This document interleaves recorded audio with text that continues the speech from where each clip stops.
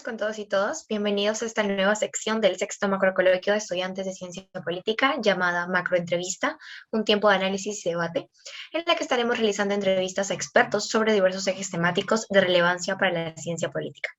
Bien, mi nombre es Dominic Ángeles y estaré a cargo de conducir esta quinta sesión en la que abordaremos el eje de la ciencia política como disciplina, estado de la ciencia en Latinoamérica y en el mundo. Para ello, es un honor contar con la presencia de Víctor Alarcón Holguín, quien es licenciado de Ciencias Políticas y Administración Pública, a su vez es maestro en Gobierno y Relaciones Internacionales y doctor en Estudios Sociales con especialidad en Procesos Políticos. Fundador e integrante de la coordinación en la ALACIP del Grupo de Investigación sobre la Historia de la Ciencia Política en América Latina, donde también ha sido miembro de su consejo directivo entre el 2006 y 2010. Sus líneas de investigación y publicaciones versan sobre el estudio de los partidos, las elecciones y los congresos, así como el desarrollo histórico e institucional de la ciencia política, actividad por la cual recientemente fue electo como integrante del Consejo del Research Committee 33 Study of Politics as a Discipline de la IPSA para el periodo 2021-2025. Doctor Víctor, bienvenida, muy buenas tardes. Le queremos agradecer a nombre del sexto macrocoloquio de estudiantes de ciencia política que busca aportar la visibilización y desarrollo de la ciencia política en nuestro país. Muchas gracias, estimada Dominique, y desde luego también aquí a Beatriz Vázquez, que nos está apoyando en la logística para poder compartir con ustedes, desde luego, en la medida de lo posible, pues algunas impresiones que tenemos y que creo que resulta siempre alentador poder establecer este tipo de diálogos acerca del estado que guarda la situación de la ciencia política en nuestro continente, ¿no? Y desde luego en un contexto comparativo con lo que está aconteciendo en la coyuntura internacional actual, ¿no? Que creo que incluso obliga a que la ciencia política, pues hoy más que nunca, pueda intentar ofrecer respuestas, ¿no? En un marco global afectado por la pandemia y desde luego donde hay un proceso de regresión y crisis en muchos de nuestros sistemas políticos, ¿no? Precisamente acrecentado por escenarios de ingobernabilidad y muchos otros ámbitos que se están combinando y que pues nos están mostrando un peligroso cóctel, ¿no? Que puede ser muy disruptivo y que ya lo está haciendo para la estabilidad y continuidad de muchas de nuestras sociedades. Justamente a propósito de lo que acaba de decir, ¿no? ¿Le parece bien si ya podemos iniciar con la ronda de preguntas? Sí, claro, con gusto. Bien, teniendo en cuenta el avance de la ciencia política, ¿no? ¿Cuál ha sido su desarrollo a nivel global en el siglo XXI? La ciencia política, podríamos decir que evidentemente la ciencia política del siglo XXI en realidad nació en 1989, con la caída del muro de Berlín. Es decir, con el cierre de la famosa Guerra Fría y el fracaso de la Unión Soviética como realidad geopolítica, aunque ha dado paso a la naciente Rusia y obviamente ha mantenido a otro país muy importante dentro de el ajedrez mundial, como es el caso de China. Aún así, el colapso de lo que se lleva a llamar la caída del mundo comunista, los restos y la recomposición que tuvo este entorno, dio pauta a suponer que el triunfo de la democracia o el fin de la historia, como lo llevó a llamar Francis Fukuyama, ¿no? En su momento, el famoso pensador estadounidense, dio pues un proceso, ¿no? Muy preciso, muy concreto de construcción de el paradigma transicional, ¿no? De construcción de democracias bajo los esquemas, digamos, de la ruta planteada por grandes especialistas a nivel mundial como Samuel Huntington, como Philip Schmitter, hoy todavía vivo, mi querido profesor Guillermo Donnell, y evidentemente toda una playa ¿no? de otros autores que se dedicaron intensamente a estudiar los avances y las consecuencias de la construcción de estos regímenes democráticos en diversas latitudes del mundo, como Sartori todavía en sus últimos años, Pasquino todavía afortunadamente vivo, Leonardo Morlino, ¿no? Entonces, esto generó lo que técnicamente se conoce como el mainstream institucionalista, es decir, la idea de que la democracia requería un rediseño de las instituciones y el paradigma del institucionalismo junto con el paradigma transicional de rediseño de las democracias, pues tuvimos entonces primero el tema de la transición, luego la consolidación, luego la sustentabilidad de las democracias y luego hoy hablamos de la calidad, ¿no?, de la democracia y de la integridad y electoral o de los procesos de las democracias contemporáneas, ¿no? Es decir, y sin embargo, todo este proceso no fue suficiente ante el nuevo giro que se dio a partir, digamos, también de lo que fue gestándose como una dinámica paralela que fue criticando a muchos de estos paradigmas bajo el argumento también de la lectura más de tipo economicista, ¿no?, que se hizo de un cierto sector de la izquierda, en donde la crítica a la democracia electoral, a la democracia que, por ejemplo, ha sido, digamos, reivindicada en muchos sentidos como un rechazo a lo que precisamente varios de estos autores, ahorita se me viene también otro gran contribuyente, como es el caso de Adam Przeworski, toda esta escuela institucional y transicional que fueron las que marcaron el mainstream en la ciencia política de finales del siglo XX y lo que llevamos del siglo XXI hasta ahora, pues ha entrado en este proceso crítico, ¿no? La crítica a este paradigma que ha venido precisamente desde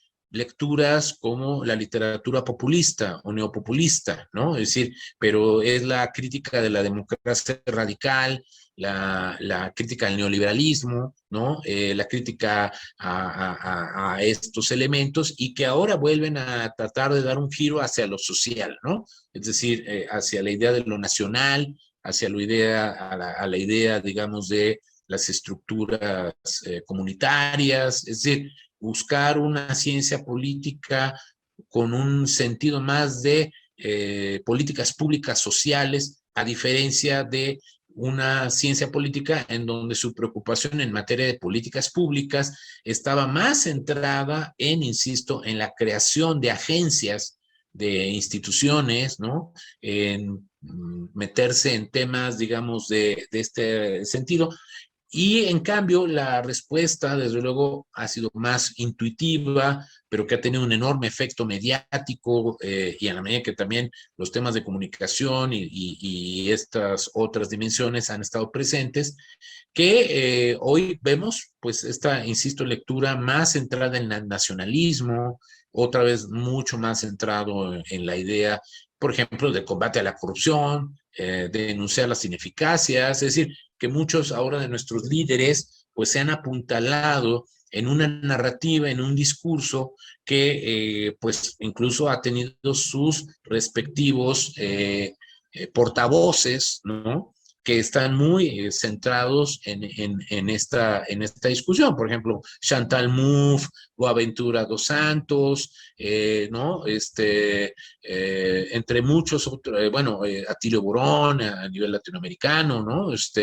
Enrique Dussel, ¿no? O sea que todavía tenemos todavía a muchos pensadores que incluso sin considerarse politólogos, debaten los temas políticos, ¿no? Es decir, todavía sociólogos o filósofos o historiadores que obviamente se salen de la lectura de la ciencia política estandarizada, tal y como la conocemos hoy en día, con los cartabones metodológicos, técnicos, ¿no?, que nos llevan más hacia la psicología o la economía, ¿no? Pero en cambio estamos regresando pues a una ciencia política o a un análisis político que yo lo diferenciaría de esto, de la ciencia política a la norteamericana o a la metodológicamente construida, del análisis político que está más centrado en la crítica social, en la discusión histórica, en el elemento moral, ¿no? En donde estamos regresando a esa discusión de que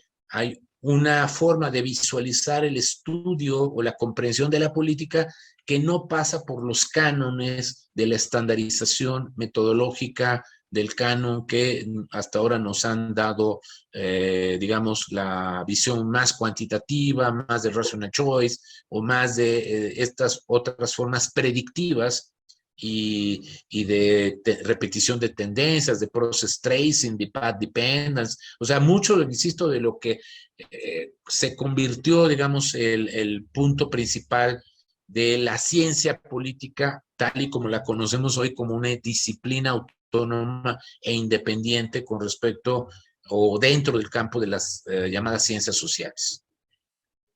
Teniendo en cuenta estas características de la ciencia política dentro de su desarrollo, ¿no? Y haciendo una comparación, ¿cómo sería o cómo se daría se dio el desarrollo de la ciencia política en la región Latinoamérica en contraste o en comparación con el desarrollo de los demás países? Yo diría que fundamentalmente este proceso de apertura fue un proceso un poco más dilatado, es decir, en una suerte, digamos, de ciclos, ¿no? El primer ciclo importante para la ciencia política en América Latina, pues obviamente nos obliga a irnos hasta los años de la posguerra, ¿no? De la segunda posguerra mundial, ¿no? En donde con el nacimiento mismo de la IPSA y con el triunfo, digamos, de precisamente en ese momento también del triunfo de las democracias liberales, en este caso ahora contra los fascismos y el italiano y el alemán, contra las dictaduras fascistas, pues dio también a otro proceso de construcción, primera construcción de estados modernos, de burocracias modernas. La ciencia política inicialmente tuvo un carácter más administrativo y también muy de la mano a lo que impulsó a los Estados Unidos como políticas públicas. Es decir, la formación de muchos de los primeros politólogos latinoamericanos que iban o a Europa bajo la influencia del marxismo, que insisto, sigue siendo un afluente muy importante en términos de formación más teórico-filosófica, histórica, sociológica, o sea, hay historia política, sociología política, ¿no? Filosofía política, pero en cambio, quienes van hacia los Estados Unidos adquieren la noción de la modernización, o sea, las teorías de modernización, y cuando regresan a América Latina, en este choque, digamos, de estas dos culturas, ahí se produce el primer gran híbrido que tiene nuestro continente, que es la teoría de la dependencia.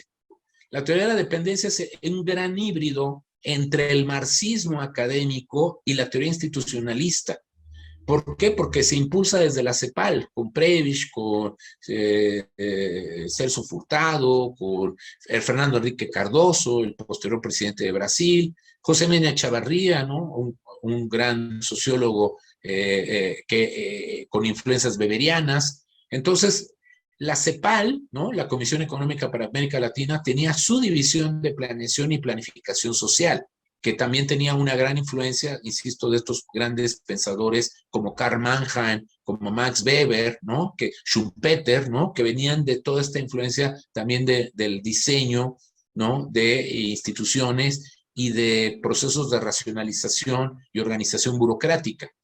Entonces, la teoría de la dependencia, curiosamente, fue una adaptación y al mismo tiempo una reacción y una discusión muy relevante y muy importante que le dio forma a una buena parte de la formación de administradores públicos, de internacionalistas y de politólogos que en el concepto más amplio a la francesa de hablar no de ciencia política, sino de ciencias políticas, que incluso hoy a la fecha se sigue utilizando ese vocablo para hablar de un conjunto, ¿no? De las ciencias políticas, que en la tradición francesa incluye a las relaciones internacionales, a la administración pública y a la ciencia política, a veces entendida también en sus derivaciones como historia política o sociología política, por esta influencia también del marxismo o de filosofía política. Entonces, podemos ver que ese esfuerzo trataba incluso de diferenciarse y que a la fecha todavía sigue siendo un proceso no concluido, de diferenciarse, digamos, de las dos grandes disciplinas que siguen predominando en el entendimiento de las ciencias sociales latinoamericanas, que son la economía y el derecho. Entonces, de tal manera que el camino que ha tenido que tomar la ciencia política es reivindicar su identidad frente a estos otros campos disciplinarios, por un lado.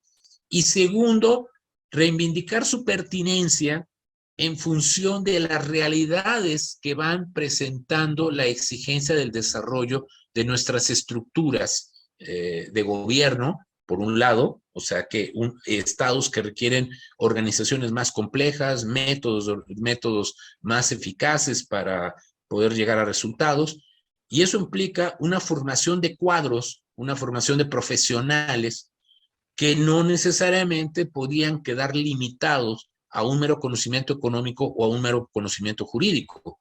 De ahí la importancia y la polivalencia que incluso a la fecha el politólogo, o la politología en este caso, como disciplina, pues vendría a ser su eje distintivo y que le ha permitido ir ganando ese reconocimiento y esos pequeños espacios progresivamente hasta el punto de que, bueno, finalmente la ciencia política se ha convertido en un gran espacio de reflexión que ahora precisamente lo ha podido ir acrecentando en la medida en que ya no solamente se trata de ir a estudiar a los países centrales, ¿no? Como Estados Unidos o Europa, o a Japón incluso, o Australia, ¿no? O sea, a los países más desarrollados, sino que incluso ahora la asimilación de esas primeras generaciones que estudiaron en estas instituciones, pues lograron formar endógenamente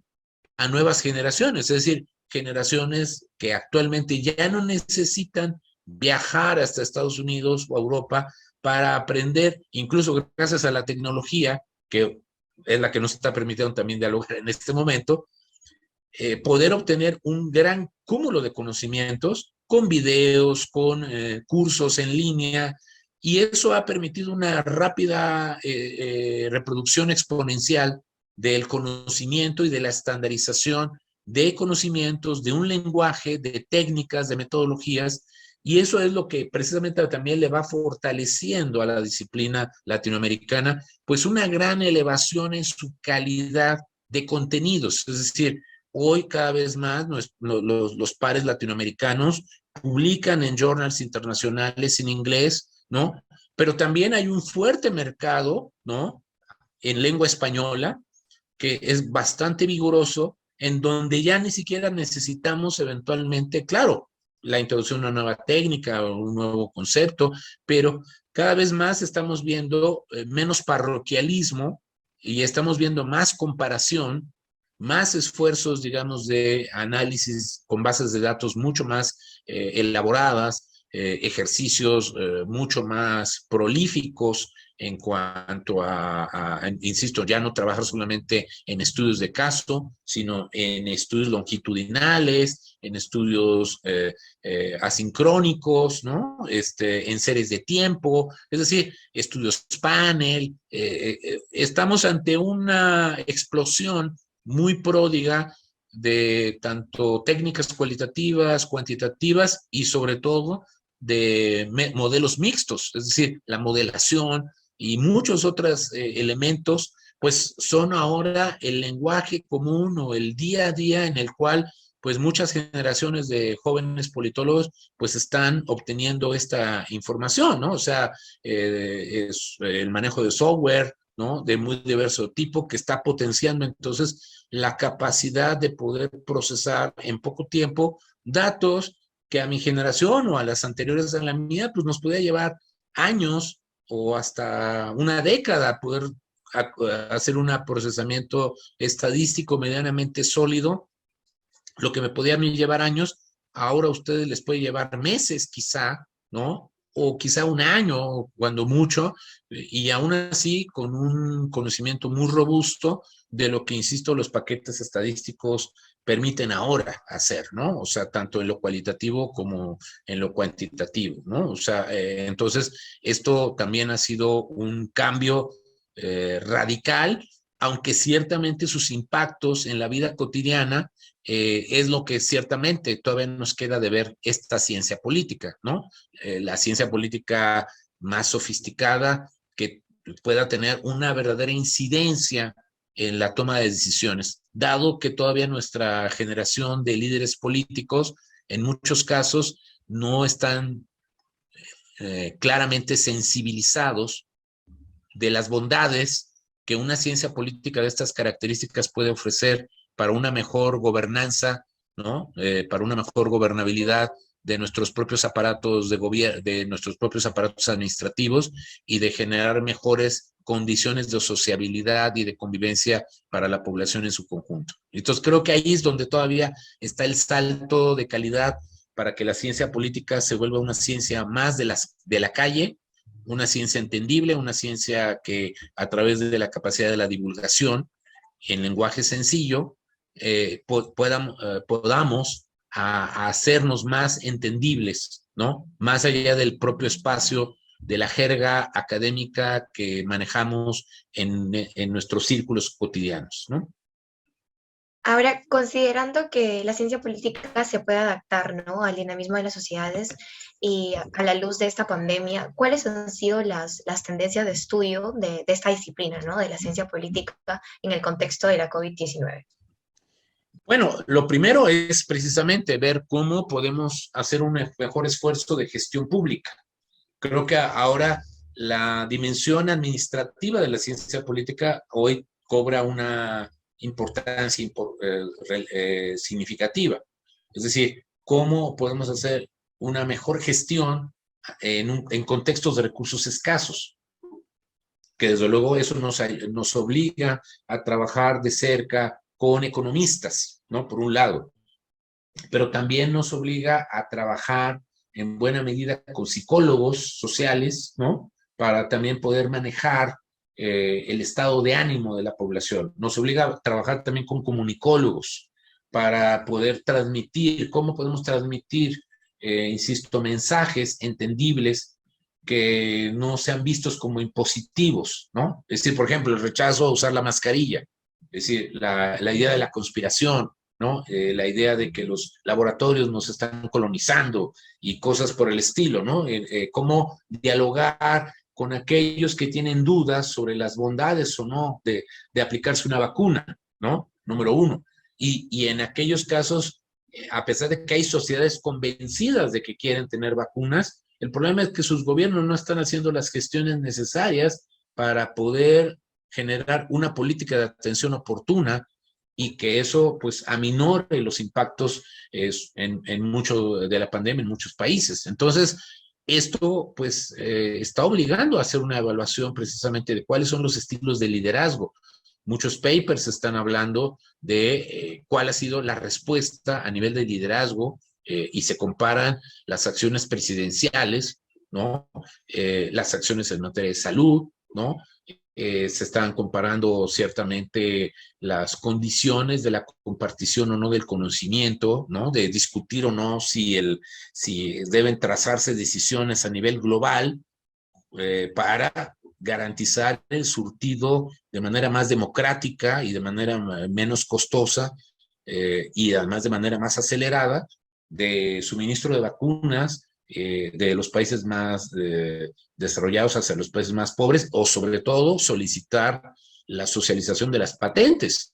Y esas son decisiones de corte internacional que sin duda alguna, así como se acaba de decidir el impuesto, ¿no?, a los grandes corporativos, ¿no?, producto de la última cumbre de líderes internacionales, bueno, pues se esperaría una decisión de orden similar, un esfuerzo de alcance internacional, pues para poder afrontar la pandemia desde una perspectiva no lucrativa, ¿no? De tal manera que tenemos muchos desafíos en los cuales nuestra disciplina pues tiene que ir viendo impactos a nivel macro, a nivel medio, a nivel micro, ¿no?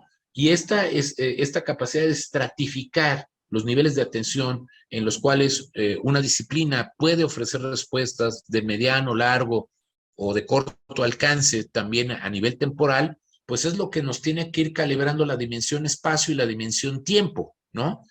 Para poder hacer un cruce adecuado dentro de este mapa de coordenadas, dentro de este mapeo en el cual vamos situando los cuadrantes, en donde pues de alguna manera deberíamos situar de mejor forma la comprensión de la intensidad como la que una pandemia se está expresando efectivamente con la complejidad que el propio virus tiene en sí mismo. Es decir, un virus que ha modificado radicalmente todo nuestro quehacer, todo nuestro hábitat, todos nuestros usos y costumbres, nuestras formas de sociabilidad, nuestras formas de comunicación, nuestras formas de afectividad, ¿no? Todo eso finalmente termina siendo también, en términos muy coloquiales, biopolítica, ¿no? Biopolítica porque hay gobierno de las emociones, hay gobierno del miedo, hay gobierno de las expectativas, ¿no? Es decir, la ciencia política también está lidiando, insisto, con estos comportamientos asociados con la dinámica del comportamiento, ¿no? Y eso por eso, insisto, nos obliga a trabajar con comunicólogos, con psicólogos sociales, quizá de una manera que nunca hubiéramos pensado. Es más común pensar en los sociólogos, es más común pensar en los economistas, es más común pensar en los juristas, pero ahora también tener que escuchar a expertos en epidemiología o algunos otros elementos de salud pública, pues esto ha ampliado mucho nuestro horizonte y la versatilidad y el carácter transversal, multidisciplinario, con el cual ahora tenemos que buscar una mediana comprensión integral de los efectos de muy diversa naturaleza que la COVID-19 pues, ha venido a impactar en general nuestras sociedades y la manera en que específicamente la ciencia política podría intentar tener una respuesta, insisto, tanto en tiempo como en espacio, que ciertamente pues, se demanda por la urgencia con la que este fenómeno se ha venido desplazando en estos últimos 2 años, en los que llevamos, pues digamos, desde el antecedente más primario, más remoto de que esta pandemia estaba empezando a florecer hasta la fecha actual. Ahora vamos a pasar un poco más al plano institucional, ¿no? Considerando el caso peruano sobre la creación de un colegio de politólogos, aquí en Perú exactamente no hay un colegio de politólogos todavía. ¿Cómo se ha dado, ¿no?, el proceso de institucionalización de la disciplina en Latinoamérica?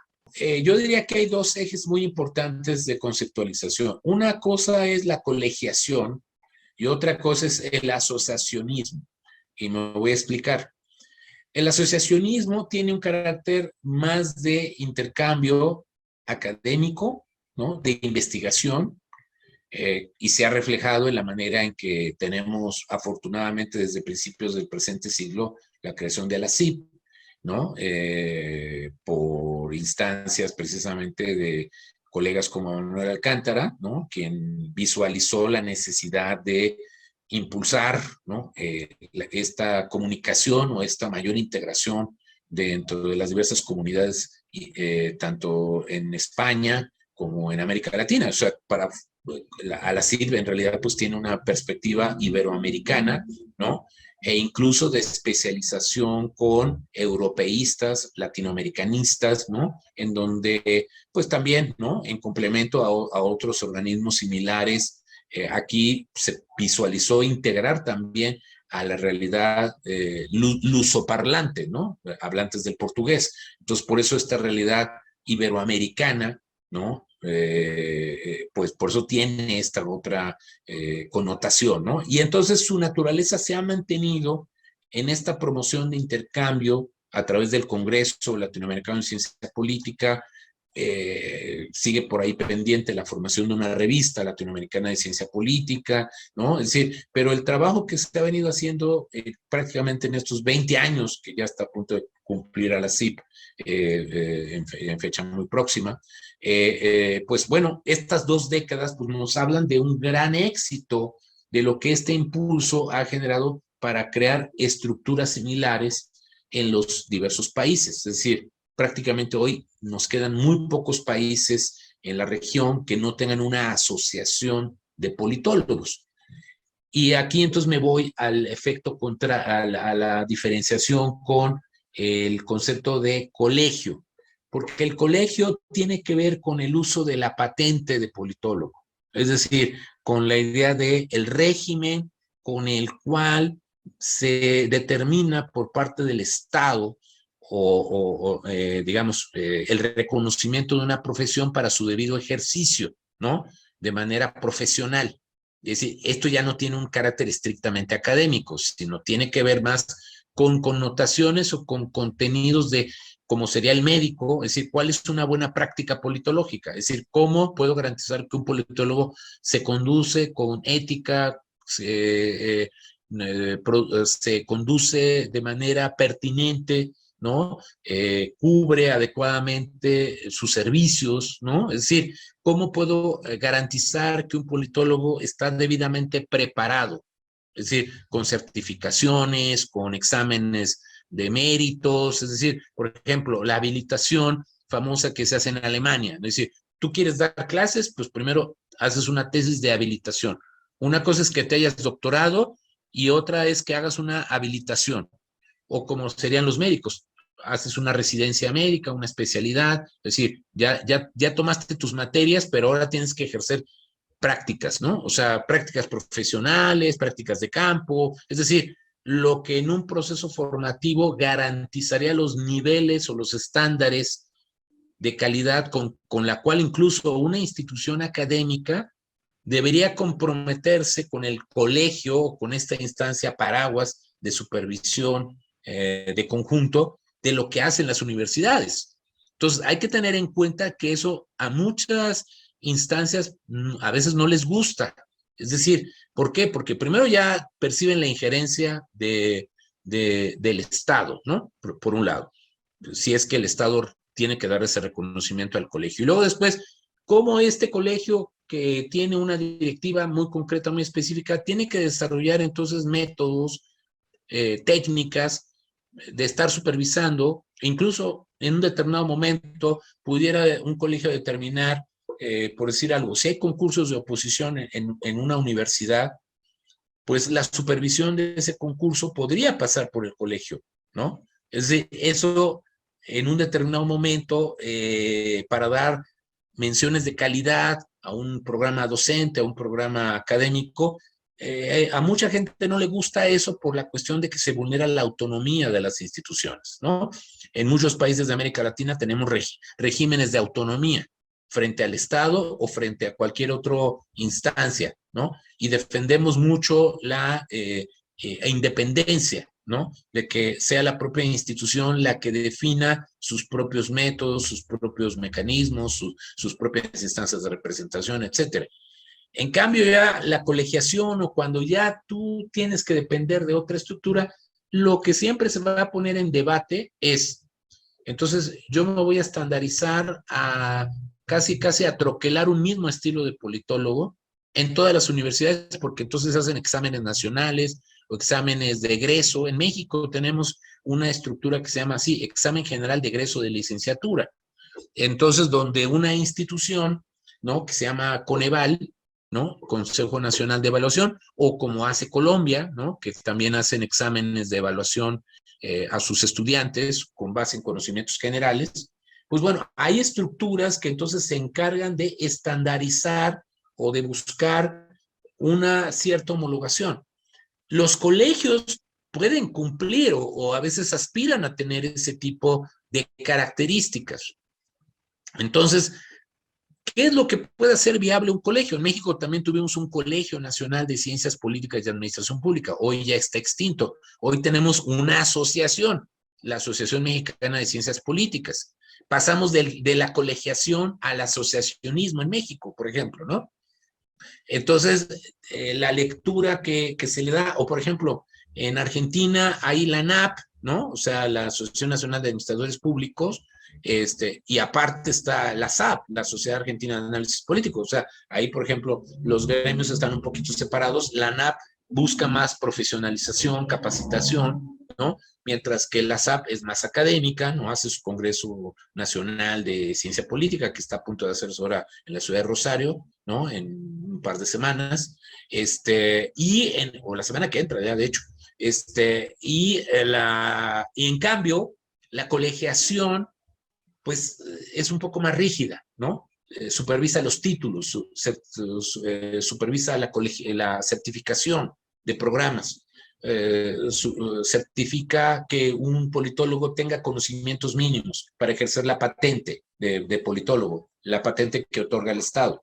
Entonces, ahí ya vemos que eso lidia un poco con la lectura más autonomista que pueden tener algunas instituciones. Es decir, no, es que yo por qué me voy a sujetar a que los contenidos de mis materias me los determine alguien que está a 500 kilómetros de aquí, ¿no? O que me sigan, es que quieren que yo estudie como en Harvard, o quieren que estudie yo como en Timbuktu, lo que sea, ¿no? Entonces, finalmente, eso le rompe el proceso de autonomía o de definición del perfil de ingreso, de egreso, que un programa docente puede construir en base a su propia experiencia, a su propia dinámica histórica y a su propio perfil institucional. En cambio, la colegiación sí puede ir dando la ruta hacia ir dando cierta homologación, cierta estandarización. Es un proceso muy complicado llegar a un adecuado equilibrio, porque yo no me decantaría de que no, la colegiación es peligrosa. No, claro, la colegiación en ciertos aspectos puede ser un elemento muy valioso para alentar el incremento de la calidad de los programas. Es decir, buscar efectivamente que los programas de ciencia política poco a poco puedan, sí, sin duda, la politología para politólogos, diría alguien muy nacionalista, ¿no? Pero yo también creo en que los programas de ciencia política deben seguir teniendo historiadores, deben seguir teniendo a sociólogos de repente, ¿no? En sus perfiles. Y otra cosa es lograr que logren coexistir y combinar y saber interactuar en sus saberes. Una buena mezcla en un programa de ciencia política necesita eventualmente que un economista, eso sí, con una sensibilización de cómo un politólogo puede aprovechar un curso de economía para no economistas o un curso de psicología básica sin entrar en demasiado, ¿no? Complejidad o cualquier otra disciplina que podamos mencionar aquí en el contexto, pues desde luego eso sí, la experiencia que pueda tener, ¿no? La interacción de un politólogo o que un politólogo pueda transitar y dialogar con estas otras disciplinas, es lo que entonces sí ya puede enriquecer, ¿no? Esto, ¿no? Yo, por ejemplo, en mis últimos años, pues he sido muy capaz de interactuar con juristas y no solamente en la típica dimensión de lo constitucional, sino entender las decisiones administrativas o las decisiones procesales, ¿no? Que son campos del derecho que, por ejemplo, para mí, que soy experto en temas electorales, me permite entonces ahora entender mejor la dinámica y los efectos de las decisiones que toman los jueces o de las decisiones o de la visión con la que los legisladores trabajan la emisión de leyes desde los congresos. Entonces, entonces ya nos da una idea de cómo puedo yo dialogar con otra disciplina sin perder mi esencia de politólogo, ¿no? Puedo trabajar un entendimiento del poder legislativo, de los procesos constitucionales, de los procesos de judicialización, pero buscando ver cómo eso le afecta a los partidos, cómo le afecta a los ciudadanos, ¿no? O sea, lo estoy viendo, sigo viéndolo desde una lectura politológica, quizá a veces sociológica, pero la veo mucho más desde los efectos de la distribución del poder, por ejemplo. No lo estoy viendo desde la norma. Yo estoy viendo el efecto de la norma, no la norma en sí misma. Entonces, eso es lo que yo trato de entender del jurista.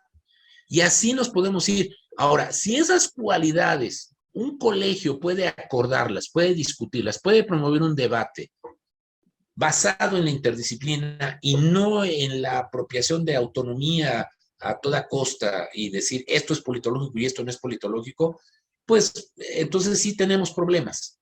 Podemos tener mucho desgaste y que justifica, insisto, entonces mucho del escepticismo con el que se ve el tema de la colegiación, como también en algún grado, aunque en menor medida, por eso la gente mejor opta por las asociaciones, ¿no? Porque quizá tiene menos, digamos, controversia, a diferencia de los colegios que sí pretenden regular una materia, ¿no? que sí pretenden establecer estándares de contenidos con respecto a lo que debe ser un politólogo, el deber ser.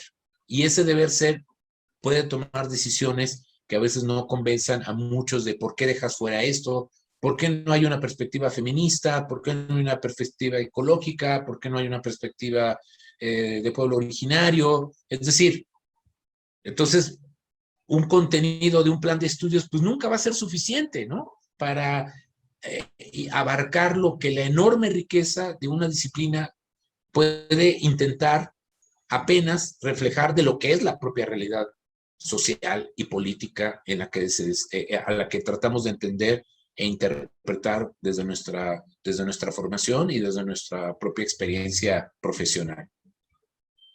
La quinta y última pregunta va en relación a sobre qué papel debería cumplir la ciencia política en nuestra región, ¿no? O hacia dónde en este caso debería apuntar. Bueno, ya adelantando un poco parte de esta respuesta en una de mis intervenciones, yo diría que la ciencia política debe tener una mayor incidencia, ¿no? Y por incidencia tenemos que asumir que el politólogo no debe tener miedo a dialogar con el poder, ¿no? Por un lado, ¿no? Es decir, en la naturaleza histórica del analista político, desde Maquiavelo o desde Han Fei-Su o desde cualquier pensador que me lleve, nos vayamos a la antigüedad más remota, el analista político, el estudioso de la política, que después ahora, gracias a la modernidad, ahora se puede llamar cientista político, gracias a que posee ahora instrumentos que le permiten sofisticar ese análisis, ¿no? Pero usted y yo tenemos una capacidad analítica, ¿no? Porque es la racionalidad que tenemos como seres humanos. Entonces, cualquier ser humano puede tener una opinión sobre los acontecimientos políticos, pero que esa opinión esté fundada, motivada, sustentada en datos, basada en observaciones, basada o confirmada en tendencias, construida a través de bases de datos, de cálculo de probabilidad, ajustada, eso sí, a una concepción ideológica, a concepciones de valores, es decir, vea usted todo el instrumental con el que un politólogo o politóloga cuenta. Entonces, hoy en día es la versatilidad que nos ofrece el campo. Creo que en la medida en que nosotros entendamos la riqueza que actualmente posee un politólogo, puede poseer un politólogo o politóloga en su formación, eso lo va a poder o la va a poder proyectar en una mejor condición para afrontar la necesidad de diálogo con quienes ejercen el poder, que no siempre van a tener estas mismas habilidades o que no siempre nos van a entender en el lenguaje en que nosotros nos estamos dirigiendo a ellos, o no van a entender las motivaciones de por qué les estamos sugiriendo tal o cual acción. Es que mire, aquí está la gráfica, aquí está la encuesta, aquí está ¿no? el sondeo, o simplemente, mire, aquí está la historia. Recuperando información, aquí están elementos históricos, antecedentes jurisdiccionales, porque dialogué con un jurista y el jurista me dio precedentes de cómo se han dado situaciones similares y los resultados que ha tenido a nivel de protestas, a nivel de despojos, a nivel de manifestaciones, a nivel de lo que sea. Un economista, conocimiento económico, pues mira, pues aquí están la tasa de inflación y las experiencias de otros países, etcétera. Entonces, nosotros tenemos que tener una mentalidad abierta, ¿no? Yo digo que es una perspectiva 360, o sea, tener una visión de circunferencia total, ¿no? Es decir, el analista político, el politólogo, en su capacidad de análisis, debe tener una visión integral y, como yo digo, una visión integrada. Por ahí tengo un estudio, un trabajito que publiqué hace 20 años en la revista Casa del Tiempo de la UAM, donde yo precisamente hacía esta diferenciación de lo que tenemos que pasar del análisis como tal, que eso históricamente siempre lo hemos tenido como seres humanos, como capacidad inherente, ¿no? De analizar, de racionalizar, de buscar un entendimiento, una comprensión de la realidad. Y otra cosa es cómo hemos desarrollado instrumentos lo suficientemente poderosos que nos están apoyando a potenciar ese entendimiento de la realidad. Y eso es lo que tenemos hoy en día con la ciencia política contemporánea. Hoy tenemos a una disciplina que posee de manera cada vez más creciente, y como lo explicábamos también en una de nuestras respuestas anteriores, hoy tenemos un cúmulo de técnicas, un cúmulo de metodologías, un cúmulo de instrumental, ¿no? Del cual nos podemos aprovisionar como un médico, ¿no? Cuando vemos el médico en la mesa de operaciones, pues tiene todo un instrumental.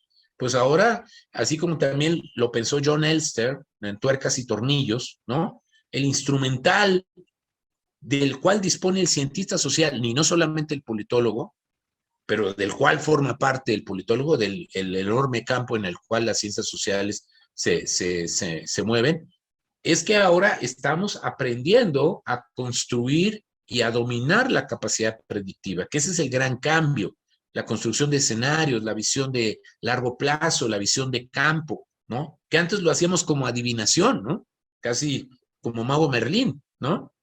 Como oráculo, ¿no? Pensando en que entramos en trance y así tenemos una iluminación. Hoy no, hoy es el trabajo denodado, casi anónimo, de muchos de nosotros procesando datos, participando en grandes encuestas internacionales como Varieties of Democracy, generando estos grandes cúmulos de bases de datos que ahora permiten hacer, insisto, grandes maravillas comparativas, ¿no? De eso es lo que estamos hablando. O sea, de hablar del gran esfuerzo descriptivo de Aristóteles cuando hablaba de las más de 150 constituciones que consigna en la política, en su texto clásico de la política, a lo que ahora vemos como los estudios que hacen Lambert, Michael Kopech, ¿no? Sobre Varieties of Democracy, ¿no? Que socializan estas bases a todo el mundo, y todo el mundo podemos hacer cruces de cualquier tipo de variables y podemos llegar a una conclusión sobre la situación que guarda tal o cual tema o cual proceso dentro de los países, ¿no? Tener informes como el del desarrollo humano, que la cantidad de información que tiene que a construir para generar un ranking, o el latirobarómetro, que son grandes esfuerzos de lo que las ciencias sociales modernas nos están ofreciendo como fuentes, como ejemplos de lo que hoy, gracias a la técnica, hoy, gracias a la tecnología, ¿no? Sin perder la sensibilidad y sin perder la visión, ¿no? De que como seres humanos nos debemos, ¿no? Podemos seguir pensando que lo que hacemos es en el beneficio propio, o debemos pretender que sea en el beneficio propio de nuestras respectivas realidades cotidianas. Entonces, creo que ahí es donde la ciencia política, digamos, como alguna vez me lo dijo Reinta Guepera, ¿no? Mi estimado profesor Reinta Guepera, pues tiene un escrito muy bonito que dice que, pues bueno, el gran aprendizaje de las ciencias sociales por el cual está transitando, es que está aprendiendo a caminar en dos piernas, ¿no? A diferencia de las ciencias físicas, ¿no? Y de las ciencias más profundas que están saltando, o sea, avanzan a pasos agigantados o en brincos, ¿no? Las ciencias sociales apenas estamos aprendiendo a caminar razonablemente bien, ¿no? Conociendo y dominando apenas este elemento de la capacidad predictiva que ya en la física, que ya en la química, pues está vigente desde el siglo XIX. La magia de la estadística, la magia de la predicción, ¿no? Pero, curiosamente, sin perder el componente ético, sin perder el componente histórico, perder el componente social. Ahí es donde también está el gran reto de la ciencia política. Una ciencia política que no se deshumanice, ¿no? Sino que sea una ciencia política humanizada, y que su humanización se potencie gracias a que logra manipular, logra dominar y no ser dominada por la tecnología.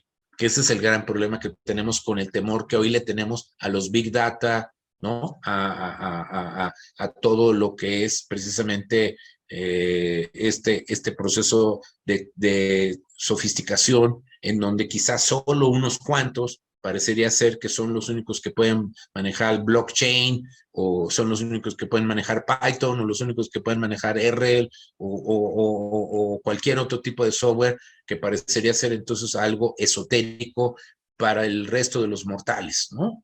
Entonces, creo que ahí encontrar, insisto, estos equilibrios, ¿no? Me parece a mí muy importante, pero sí, es una batalla muy importante de que aprovechemos, sí, todo lo que la tecnología nos puede ofrecer, porque sin duda alguna ayuda a una enorme visión más predictiva, más de conjunto, más comparativa, más amplia, más sincrónica, incluso más diacrónica en esta longitud y en términos de mayor espacio, como lo hemos argumentado, pero al mismo tiempo no perdamos la sensibilidad, ¿no? No perdamos la perspectiva ética, no perdamos la sensibilidad con la que la política debe ser pensada, como lo pensaron incluso los primeros fundadores, ¿no? Cuando escribieron la constitución de muchas de nuestras constituciones latinoamericanas e incluso las de Estados Unidos, que mucho de lo que hacemos va en busca de la felicidad, in pursuit of happiness. Si nosotros perdemos ese horizonte de que la ciencia política, uno de sus cometidos, así como la pensaron, que hacer política es buscar, ¿no? Remediar los males sociales, remediar las carencias colectivas, pero sobre todo alentar a la conquista, ¿no? Y la obtención de la felicidad. Es decir, si esa divisa fundamental de muchos de nuestros fundadores, y ahora que todavía estamos terminando esta oleada de los bicentenarios, que nos obliga a replantear nuestra identidad histórica, pues con mucha mayor razón, como politólogos que formamos parte de estas realidades históricas, como es nuestra América Latina, pues precisamente nos obliga incluso a recuperar la expresión de Ortega y Gasset de América Latina, ¿no? Farada C, ¿no? Lo hará por sí misma. Entonces, la invocación es de que, como dice Ortega, aplicado al caso latinoamericano, América Latina farada C, lo hará por sí mismo, o debe hacerlo por sí mismo, y lo debe hacer en su interés, y lo debe hacer porque así lo demandan las necesidades históricas incumplidas, que después de 2 siglos seguimos debatiéndonos en cómo conquistar ese derecho mínimo a la felicidad que se supone que nos merecemos todas y todos.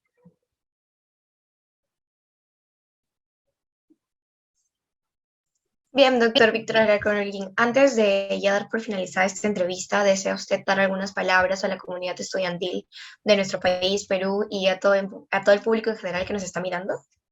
Bueno, desde luego, pues seguirlos alentando y felicitarlos por este tipo de iniciativas como el macrocoloquio, que gracias a la magia de la tecnología, pues permite dialogar, permite intercambiar experiencias y sobre todo permite dejar un registro histórico, ¿no? De quienes de alguna manera estamos quizá ya con una experiencia de vida que pues de alguna manera pues podemos esperar que pues esto que estamos intercambiando, que estamos comentando con ustedes, pues sirva también como un referente, ¿no? Para que esto pueda guiar en parte sus experiencias, sus decisiones y su propia forma de acercarse y de vivir la experiencia de realizarse en este hermoso campo como es la ciencia política. Entonces creo que es una gran iniciativa, ¿no? El que tengamos esta oportunidad, insisto, de colocar al menos algunas reflexiones en este espacio de tiempo del cual tuvimos oportunidad de disponer, y que esto pues sea una motivación, ¿no? Para que en función de lo aquí expresado, pues esto a lo mejor también, sobre todo aquellos quienes están interesados en trabajar sobre el proceso de construcción histórica y sobre la institucionalización de la disciplina, pues que pueda valorar y aproximarse a un conjunto de interpretaciones que desde luego yo y todos los quienes participamos precisamente bajo esta perspectiva del grupo de historia de la ciencia política Gisipolal, ¿no? Que es el nombre con el cual ustedes pueden encontrarlo dentro de ALACIP, dentro de la página de ALACIP. Gisipolal, que también pues ya también está por cumplir una década, bueno, de hecho ya prácticamente cumplió ya una década de su creación, porque en realidad se terminó creando en 2010, ¿no? Sus orígenes más remotos datan de 2010, ¿no?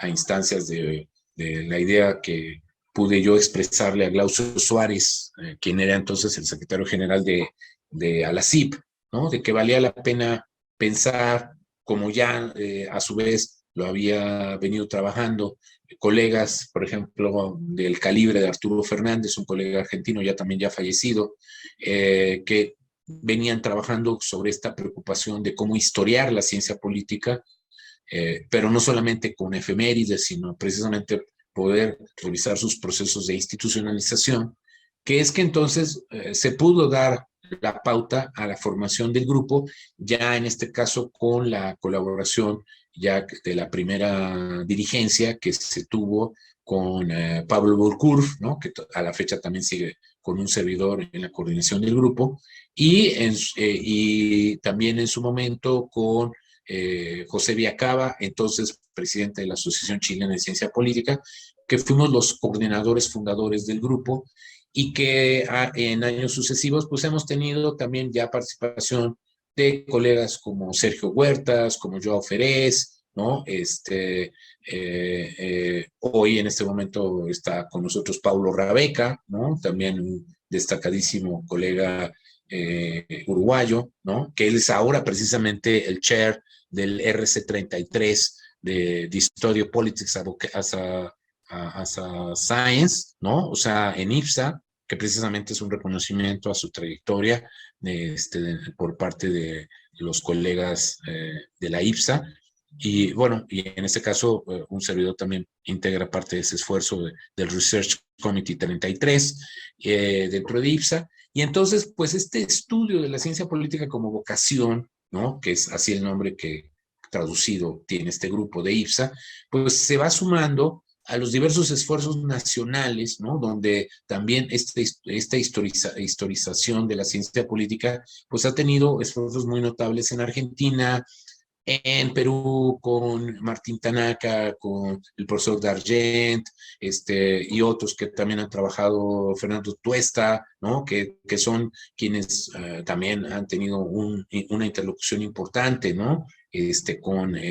Con la comunidad politológica dentro de la CIP, y que bueno, pues desde luego ellos han abierto también a una generación también muy interesante de jóvenes que también pues están trabajando en el Perú sobre estos temas, ¿no? Que se están interesando de manera muy interesante, y la prueba misma es el macrocoloquio y lo que están haciendo pues en varias universidades, ¿no? Como en la Villarreal, como en San Marcos, y no quisiera extenderme, ¿no? Pero digamos, pero ciertamente la cantidad de universidades que ha proliferado en el Perú en los últimos años, pues muestran el vigor y el interés con que la disciplina ha penetrado de manera muy relevante, ¿no? Y que precisamente por eso se surgen esos dilemas como el que amablemente me preguntaba sobre la colegiación, porque eso habla de institucionalización. Si no hubiera una disciplina en vías de robustecimiento, en vías de condensación, ¿no? De consolidación, entonces no estaríamos hablando ni de asociacionismo ni de colegiación. Esos son los pasos naturales cuando ya hay una densidad, ¿no? Cuando hay una capa ya existente de una comunidad científica consistente, ¿no? O sea, independientemente de sus orientaciones, pero habla de que hay un sedimento, ¿no? Ya un campo fértil para esto. Y así es como hemos visto, o sea, por ejemplo, Bolivia, Paraguay, que también pues, son asociaciones que recientemente llegaron, ¿no?